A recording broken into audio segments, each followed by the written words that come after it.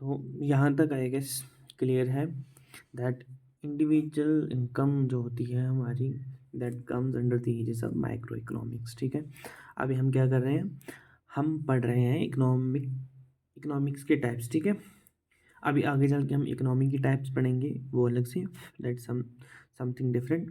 ठीक है, तो इंडिविजुअल इनकम जो होती है दैट्स माइक्रो इकोनॉमिक्स। ठीक है, आपको याद रखना है कि माइक्रो इकोनॉमिक्स क्या होती है, जहाँ पे हम किसी भी इंसान की इंडिविजुअल इनकम के बारे में बात करते हैं। ठीक है, जहाँ पे हम मैनेज करते हैं किसी भी इंडिविजुअल की इनकम को। ओके, लेट्स से कि आपको इकोनॉमिक्स अच्छे से आती है।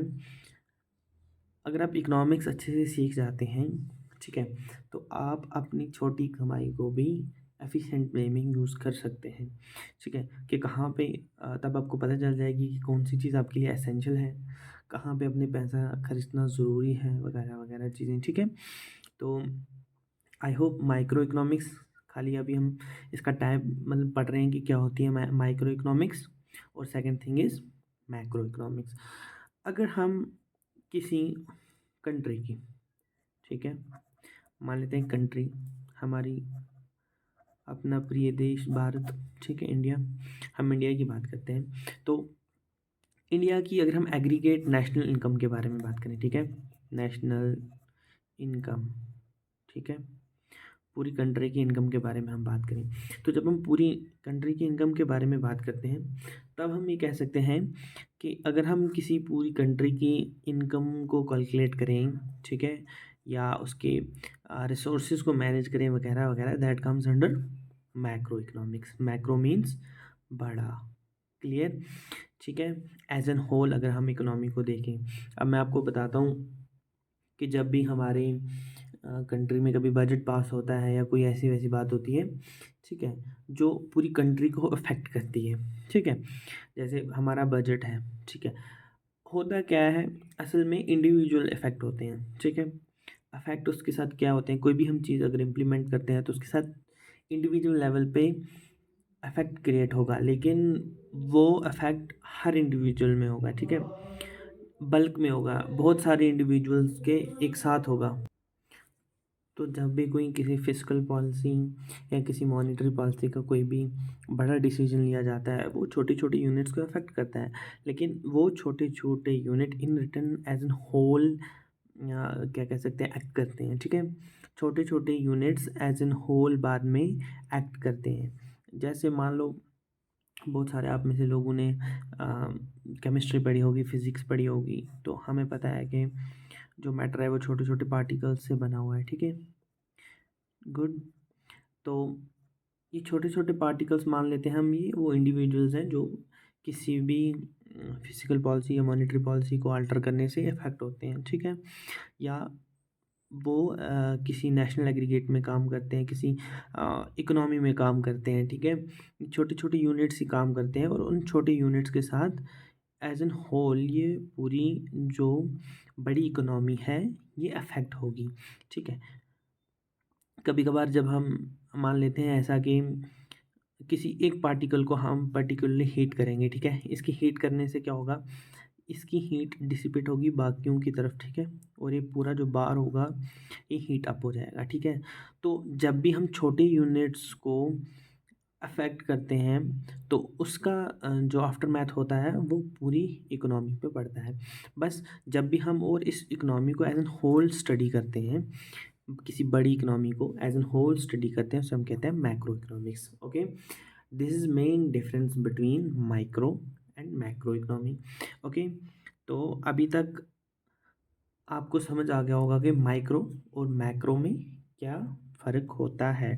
ठीक है, दिस वाज अबाउट इकोनॉमिक्स। ठीक है, मैक्रो इकोनॉमिक्स और माइक्रो इकोनॉमिक्स। गुड, जब भी आप याद रखेंगे कि माइक्रो इकोनॉमिक्स, जब भी हम किसी छोटे यूनिट के बारे में बात करते हैं, इंडिविजुअल के बारे में बात करते हैं, तो उसे हम कहते हैं माइक्रो। जब हम किसी बड़े यूनिट के बारे में बात करते हैं तो that is called as macro economics. I hope this is clear till this point. Okay, everything is clear, huh?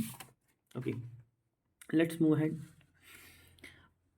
आगे क्या है, अभी मेरे पास कोई इतने बड़े साधन नहीं है कि मैं किसी उस तरीके में पढ़ा सकूँ, पर जितना भी मेरे पास रिसोर्सेज हैं मैं उन्हें एफिशिएंटली मैनेज करके आपको समझाने की कोशिश करूँगा हर चीज़ को। क्लियर? होप है आप लोग ज़रूर मेरा साथ देंगे और एक दिन हम ज़रूर आप बच्चों को अच्छी तरीके से पढ़ा सकेंगे, ठीक है?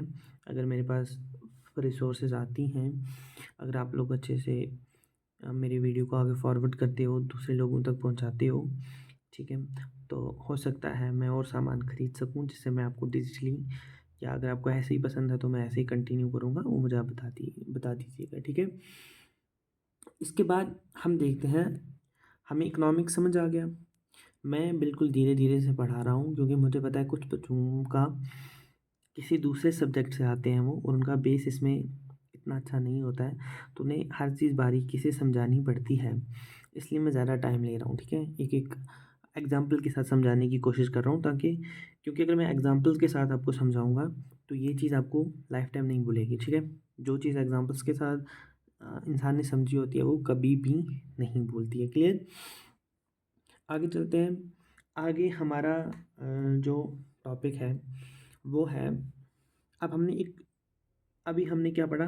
टाइप ऑफ इकोनॉमिक्स, ठीक है? अब हम पढ़ेंगे इकोनॉमी, ठीक है? Economy. Clear? Types of economy. Economy के क्या टाइप्स होते हैं? देखो, कोई भी चीज़ अगर हम पढ़ते हैं तो जब भी किसी चीज़ की डिफ्रेंशिएशन करनी होती है, मैं आपको बिल्कुल सरल तरीके से समझाता हूँ। ऐसे मान लेते हैं हमारे पास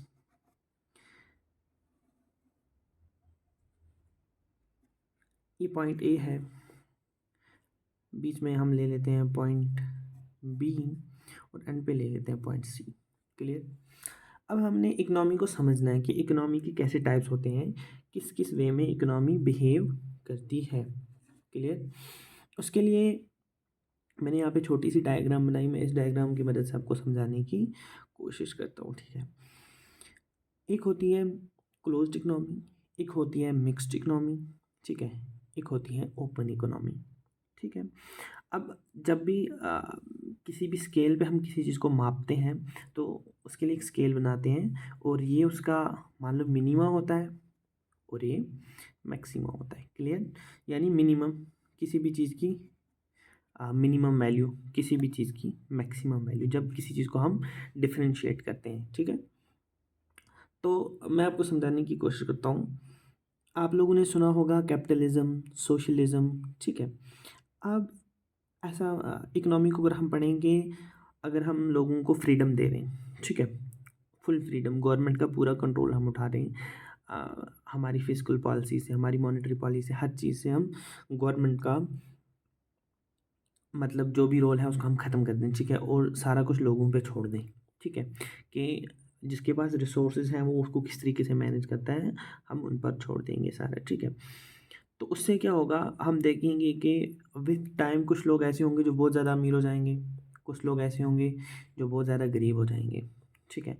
अब जो लोग बहुत ज़्यादा अमीर हो जाएंगे वो और अमीर होते जाएंगे, और जो गरीब हो जाएंगे वो और गरीब होते जाएंगे, ठीक है, अगर गवर्नमेंट इंटरवीन नहीं करेगी तो, ठीक है, अगर गवर्नमेंट इंटरवीन नहीं करेगी तो हम इसको पढ़ेंगे in the form of government intervention, ठीक है?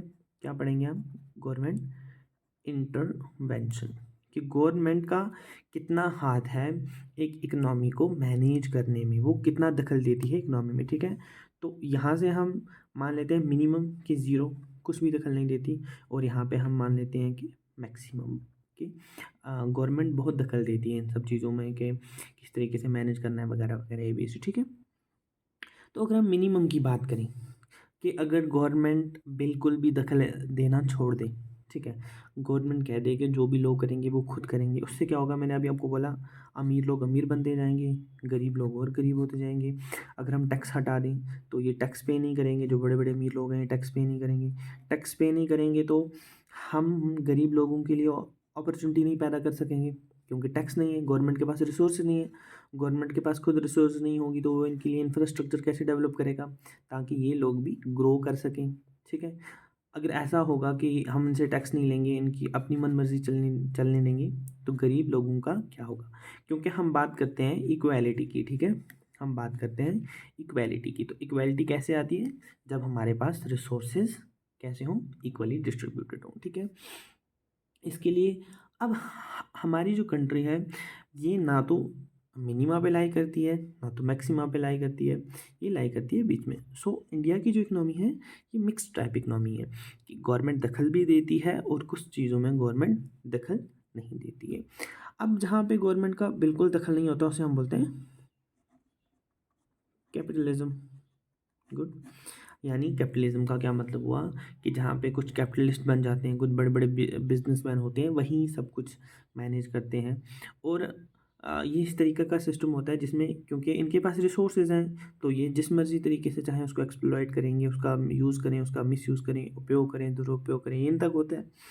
अब बीच में आती है मिक्स्ड इकनॉमी, ठीक है। मिक्स्ड इकनॉमी यानी जिसमें कैपिटलिज्म का भी थोड़ा सा हाथ हो और मैक्सिमम जहाँ पे एक गवर्नमेंट का दखल हो, उसे हम बोलते हैं सोशलिज्म। अब नो डाउट इंडिया में सोशलिज्म है, ठीक है, इंडिया सोशलिस्ट कंट्री है, पर हम वो स्ट्रिक्ट सोशलिज्म फॉलो नहीं करते हैं, ठीक है। जैसे कम्युनिस्ट कंट्रीज़ करती हैं स्ट्रिक्ट सोशलिज्म, हम ऐसा करते हैं कि कुछ चीज़ों पे कंट्रोल रखते हैं, कुछ चीज़ों पे हम कंट्रोल नहीं रखते हैं। हमारी इस टाइप की इकनॉमी है। तो आई होप कि इस डायग्राम से आपको शायद समझ आ गया होगा कि हम मेनली 3 टाइप की इकनॉमी की बात करते हैं, ठीक है। कैपिटलिस्ट इकनॉमी, सोशलिस्ट इकनॉमी और मिक्स्ड इकनॉमी। एक कम्युनिस्ट इकनॉमी भी आती है, वो सोशलिज्म का ही पार्ट होती है पर वो थोड़ा स्ट्रिक्ट सोशलिज्म, इसलिए हम उसे कम्युनिस्ट बोलते हैं, ठीक है। हम उस तरफ नहीं जाएंगे। यहाँ तक हमारा डिस्कशन है क्योंकि हम इंडियन इकोनॉमी पढ़ रहे हैं, तो इंडियन इकोनॉमी में जो भी चीज़ें हैं हम ट्राई करेंगे हम उन्हीं चीज़ों को फॉलो करें ताकि आप लोगों के लिए ये ज़्यादा बोझ ना बन सके, ऐसी कोई चीज़ ना बन जाए जिसे आपको अंडरस्टैंड करना ज़्यादा मुश्किल हो जाए, ठीक है। आई होप इकोनॉमी आपको समझ आ गई होगी यहाँ तक कि इकोनॉमी के क्या क्या टाइप्स होते हैं, ठीक है। अब हम बात करते हैं इसके बाद में प्रोडक्शन की। Simple production. अब प्रोडक्शन क्यों ज़रूरत है इकोनॉमी में?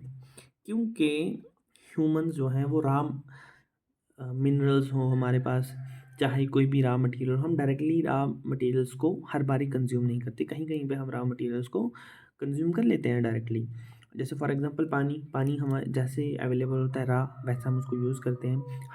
हवा भी एक टाइप का गुड है, ये नेचुरल गुड है, हम इसका यूज़ करते हैं। तो ये हम जैसे जिस फॉर्म में अवेलेबल है हम इसको उसी फॉर्म में यूज़ करते हैं। मुझे लगता है कि जिस पेस पे ह्यूमंस इस धरती को है ना हमारी एनवायरनमेंट को एक्सप्लॉइट कर रहे हैं, ठीक है, आने वाले टाइम में ये जो नेचुरल गुड्स हैं ये भी आर्टिफिशियल गुड्स बन जाएंगे। हमें हवा के सिलेंडर खरीदने पड़ेंगे, एक बिजनेस बन जाएगा। तो कोशिश करें अपने एनवायरनमेंट को बचाने की, ठीक है, जैसे भी हो सके। 100% हम नहीं दे सकते, हर चीज़ में 100% नहीं दे सकते, पर कुछ चीज़ें कुछ आदतें बदलने से बहुत कुछ चेंज हो सकता है। क्लियर? आगे चलें। तो बात कर रहा था मैं प्रोडक्शन की। प्रोडक्शन में क्या होता है, हमारे पास कोई भी रॉ मटेरियल है, ठीक है, कोई भी रॉ मटेरियल है, इसको हमने इसके ऊपर कोई भी ऑपरेशन करना है, ठीक है। ऑपरेशन करने के बाद इसको हमने फिनिश्ड गुड में चेंज करना है, ठीक है। कोई भी रॉ मटेरियल हमारे पास है, इस पे हम सर्टेन ऑपरेशंस करते हैं, सर्टेन ऑपरेशंस करने के बाद हमारे पास फिनिश्ड गुड अवेलेबल हो जाता है, ठीक है। अब मैं मैकेनिकल इंजीनियर हूँ, क्योंकि मैंने मैकेनिकल इंजीनियरिंग पढ़ी है तो इसके बारे में मुझे पता है, ठीक है, प्रोडक्शन वगैरह। चलो आगे चलते हैं। अब प्रोडक्शन हमें समझ आ गई, सिंपली हमने इसको ज़्यादा बल्कि नहीं बनाना है कि प्रोडक्शन की कोई डेफिनेशन रट लें या कुछ। सिंपल हमने ये याद रखना है कि जहाँ पे एक तरफ से एक टाइप का मटेरियल आता है उस पर हम सर्टेन ऑपरेशंस करते हैं, उस ऑपरेशन के बाद हमें हमारे पास एक फिनिश्ड गुड मिलता है। सिंपल मैं आपको बताऊँगा, हमारे पास पैडी आती है, ठीक है, जो किसान होते हैं वो पैडी उगाते हैं, उस पैडी को एक मशीन में ले जाते हैं, ठीक है। उस मशीन में कुछ उसके ऊपर ऑपरेशन होते हैं, ठीक है, कुछ सर्टेन तरीके के कुछ मैकेनिकल फंक्शंस परफॉर्म करती है ये मशीन, ठीक है। उनको परफॉर्म करने के बाद जो हम इसमें पैडी डालते हैं, पैडी डालने के बाद हमारे पास हमें राइस मिल जाता है, ठीक है। इसमें से जो वेस्ट होता है हम उसे वेस्ट भी नहीं बोल सकते, उसका बाय प्रोडक्ट जो होता है, ठीक है, उसका बाय प्रोडक्ट जो होता है सॉरी वो बहुत सारी और चीज़ों में भी यूज़ हो सकता है, जैसे हमारे जो पेट एनिमल्स होते हैं या हमारे डोमेस्टिकेटेड एनिमल्स होते हैं, हम उनको खिलाते हैं, ठीक है। हमारे पास राइस जो है ये फाइनल प्रोडक्ट मिल गया, ठीक है, ये बाय प्रोडक्ट मिल गया और ये हमारा रॉ मटेरियल था। सिंपल प्रोडक्शन आपने इतनी चीज़ को आपने याद रखना है, कोई ज़्यादा इसको बल्कि बनाने की कोशिश हम लोगों ने नहीं करनी है। आई होप यहाँ तक चीज़ें क्लियर हैं, ठीक है।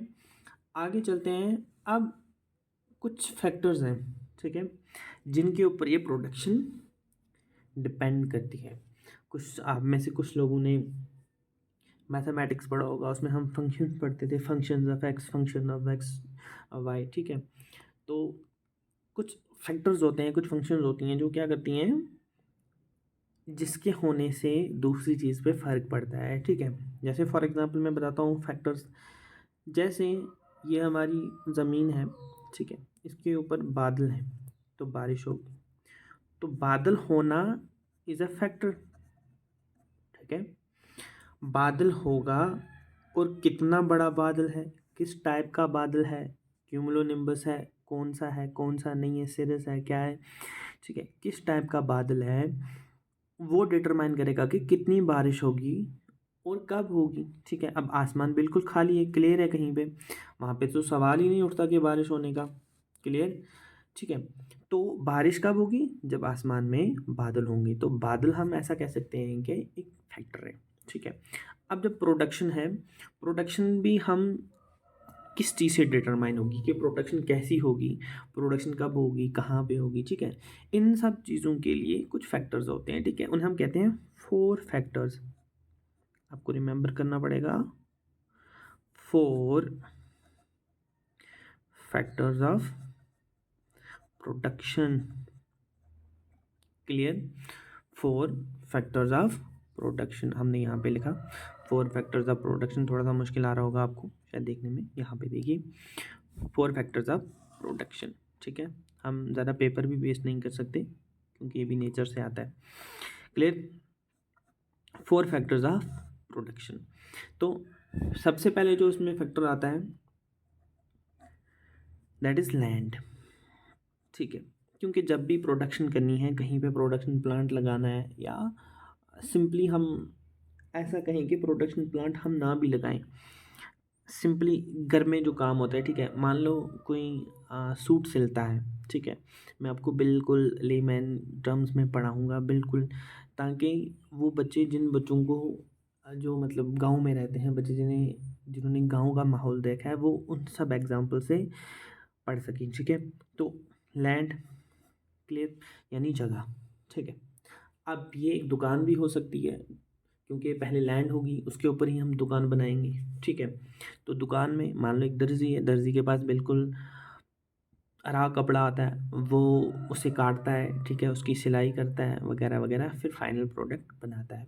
तो लैंड बहुत ज़रूरी है, ठीक है। या कहीं पे एक बड़ी फैक्ट्री है, ठीक है, एक बड़ी फैक्ट्री है, उस बड़ी फैक्ट्री को काम करने के लिए लैंड चाहिए होती है। तो ये 4 फैक्टर्स ऑफ इकोनॉमिक प्रोडक्शन का, सॉरी, 4 फैक्टर्स ऑफ प्रोडक्शन का पहला फैक्टर है, ठीक है। अब मैं आपको बताता हूँ, जैसे मैंने अभी आपको बताया कि फैक्टर, ठीक है, फैक्टर कैसे इन्फ्लुएंस करता है प्रोडक्शन को।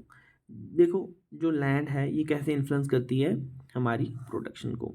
देखो, जब हमारे पास लैंड जिस हिसाब से हमारे पास अवेलेबल होगी, क्लियर, जितनी हमारे पास लैंड अवेलेबल होगी, हम उसी हिसाब से, जितनी हमारे पास लैंड होगी, हम उसी हिसाब से प्रोडक्शन की एंटिसिपेशन कर सकते हैं, ठीक है। कि फॉर एग्जांपल मेरे पास जैसे बीघा होता है, 10 बीघा ज़मीन है या 20 बीघा ज़मीन है, ठीक है, या एकर्स में, हेक्टेयर्स में बात करते हैं हम, ठीक है। मान लेते हैं मेरे पास 1 एकड़ ज़मीन है, ठीक है। तो 1 एकड़ में मेरी प्रोडक्शन मान लेते हैं कि 10 यूनिट्स पर डे होती है, ठीक है। अगर अब मेरा कोई दोस्त है, ठीक है, ये मैं हूँ, मी, ठीक है, मेरा कोई दोस्त है, से ही इज़ जे, ठीक है। तो इस जे के पास मान लेते हैं कि 2 एकड़ ज़मीन है, ठीक है, अब मैं दिन में कितने यूनिट्स प्रोड्यूस कर पा रहा हूँ? 10 यूनिट्स, क्योंकि मेरी लैंड की इतनी कैपेसिटी है। अब इस दोस्त के पास लैंड ज़्यादा है तो ये मेरे से ज़्यादा प्रोडक्शन करेगा सिंपली। इसलिए हमने याद रखना है कि land is a factor of production. ये प्रोडक्शन को इन्फ्लुएंस करता है और ये एसेंशियल है प्रोडक्शन के लिए। अब प्रोडक्शन हम स्पेस में जाके तो नहीं कर सकते। जब हम अगर हम फ्यूचर की बात करें तो स्पेस में अगर हो भी जाता है प्रोडक्शन, पर स्पेस उस टाइम पे, जैसे अभी हम लैंड की बात करते हैं तो मान लो 2 डायमेंशनल है ना, एरिया के हिसाब से हम लैंड खरीदते हैं। कल को हम स्पेस में जाएंगे, हो सकता है स्पेस इतना महंगा हो जाए कि हमें वॉल्यूम के हिसाब से स्पेस खरीदना पड़े, है ना, कि 3 मीटर क्यूब मेरा, 10 मीटर क्यूब मेरा, ऐसे ऐसे करके। तो तब भी ये बेसिक कॉन्सेप्ट कभी चेंज नहीं होगा, चाहे हम कितने भी एडवांस हो जाएं। लैंड इसका मतलब ज़मीन नहीं है, इसका मतलब है जगह, जिस जगह को हम यूटिलाइज करके प्रोडक्शन कर रहे हैं। क्लियर? ठीक है। नेक्स्ट इज सेकंड जो हमारा टाइप है, दैट इज लेबर।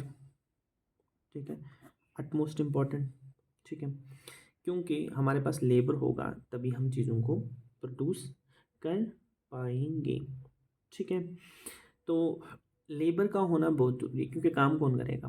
ठीक है, कोई भी चाहे हम ऐसा कहेंगे कहीं पे हमने रोबोट्स का इस्तेमाल किया है तो वहाँ पे लेबर शायद ना यूज़ में वो प्रोमिनेंट ना हो, पर उन मशीन्स को चलाने के लिए कोई ना कोई चाहिए। ऐसा तो नहीं कि मैं घर से बटन दबाऊँ। अब मैं घर से बटन दबा रहा हूँ, मैं भी लेबर ही हूँ। अगर मैं घर पे बैठ गया, घर से भी मुझे बटन दबाना है, तो मैं भी लेबर ही हूँ ना। तो लेबर इज़ गेटिंग इन्वॉल्व। ठीक है, लेबर हर जगह इन्वॉल्व हो रहा है। So labour is also an essential part. Clear? तो ये भी फैक्ट हमारी इसको प्रोडक्शन को अफेक्ट करता है, क्योंकि जितने ज़्यादा लेबर होंगे उतना ही ज़्यादा हमारा आउटपुट होगा। क्लियर? और आउटपुट एक बहुत इंपॉर्टेंट चीज़ होती है प्रोडक्शन में। ठीक है, थर्ड वन इज़ कैपिटल। अब ऐसा मान लेते हैं, कैपिटल में आपको सिंपल टर्म में समझाऊँ, कैपिटल इंफ्रास्ट्रक्चर भी होता है। ठीक है, जो हमारे पास इंफ्रास्ट्रक्चर अवेलेबल है, ठीक है, उसे हम कैपिटल कह सकते हैं, क्योंकि उसकी वैल्यू है। ठीक है, उसको हम लिक्विडेट भी कर सकते हैं। जैसे मशीन है, ठीक है, मशीन हम पैसा देंगे तो लेंगे, वो एक तरह का इंफ्रास्ट्रक्चर भी हम कह सकते हैं उसे। ठीक है, अब जो कैपिटल है, कैपिटल का मतलब जो मेरे पास पैसा पड़ा हुआ है वो भी है। ठीक है, क्योंकि मेरे पास पैसा होगा तभी मैं उसे प्रोडक्शन में इस्तेमाल ला सकता हूँ, चाहे वो इन्वेंट्री के लिए हो, चाहे वो मशीन के लिए हो, चाहे वो वेजेस को पे करने के लिए हो, चाहे वो रेंट पे करने के लिए हो। ठीक है, तो capital is also very important. ठीक है, then there is fourth, that is entrepreneurship. ठीक है, गुड। तो एंटरप्रेन्योरशिप क्या होती है? एंटरप्रेन्योरशिप का मतलब होता है, अब ये इतना सारा बिजनेस है, ये लैंड है, ठीक है, ये लेबर है, ये कैपिटल है, इसे किसी ने मैनेज करना है, किसी ने इसे ओन करना है। ठीक है, कोई ना कोई डिसाइड करेगा कि कितनी एकड़ लैंड में हम प्रोडक्शन करेंगे। ठीक है, कितनी कैपिटल हम किस चीज़ पे खर्च करेंगे और कितना लेबर हमने यूज़ करना है, ये सारा डिसीजन मेकिंग यहीं से आता है। और जैसे हम आजकल बहुत पढ़ते हैं स्टार्टअप्स के बारे में। ठीक है, जो स्टार्टअप्स करते हैं ये भी एंटरप्रेन्योर्स होते हैं।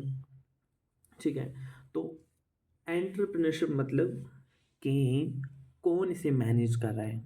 ठीक है, ये भी एक एसेंशियल पार्ट है। ठीक है, किसका एसेंशियल पार्ट है? प्रोडक्शन का। क्लियर? अब हमने एडम स्मिथ के बारे में सुना होगा, he is father of economy.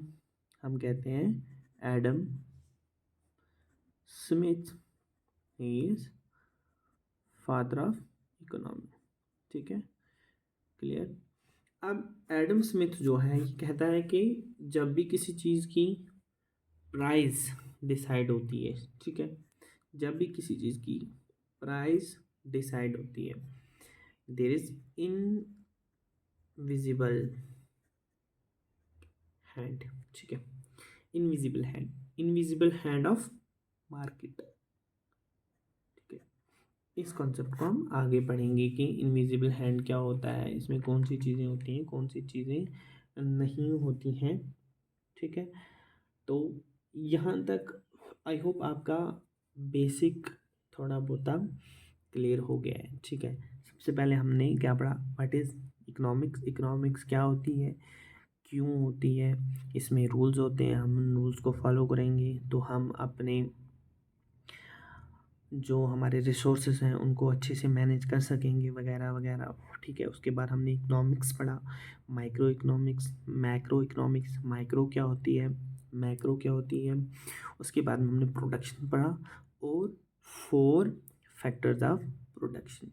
I hope यहाँ तक बेसिक समझने के लिए, बेसिक कि मतलब इकोनॉमी किस चिड़िया का नाम है, ठीक है। यहाँ ये बात मतलब दिमाग में डाल दो कि अभी तक हमने सिर्फ ये देखा कि इकोनॉमी किस चिड़िया का नाम है। अब इस इकोनॉमी में क्या क्या होता है, किस तरीके से बिहेव करती है, इसमें कौन कौन सी चीज़ें हैं, इसमें क्या क्या अंदर क्या क्या फैक्टर्स हैं, ठीक है। बाकी बाकी चीज़ें वो हम आगे जब पढ़ेंगे तो आप लोग वो देखते जाओगे। और मैं बिल्कुल सिंपल तरीके से पढ़ाऊँगा, कोई ज़्यादा ना मेरे ऊपर लोड ना आपके ऊपर लोड, ठीक है। मेरा मेरा पढ़ाने का बिल्कुल सिंपल सा तरीका है। अब मुझे ऐसे ऑनलाइन में थोड़ा इतना ज़्यादा एक्सपीरियंस नहीं है, तो बस मैं आपसे कुछ नहीं चाहता हूँ, बस मेरी वीडियोस को आगे फॉरवर्ड करो, ठीक है प्लीज़, और सब्सक्राइब, लाइक, ठीक है प्लीज़। तो मिलते हैं अगले लेक्चर में। Thank you, have a nice day.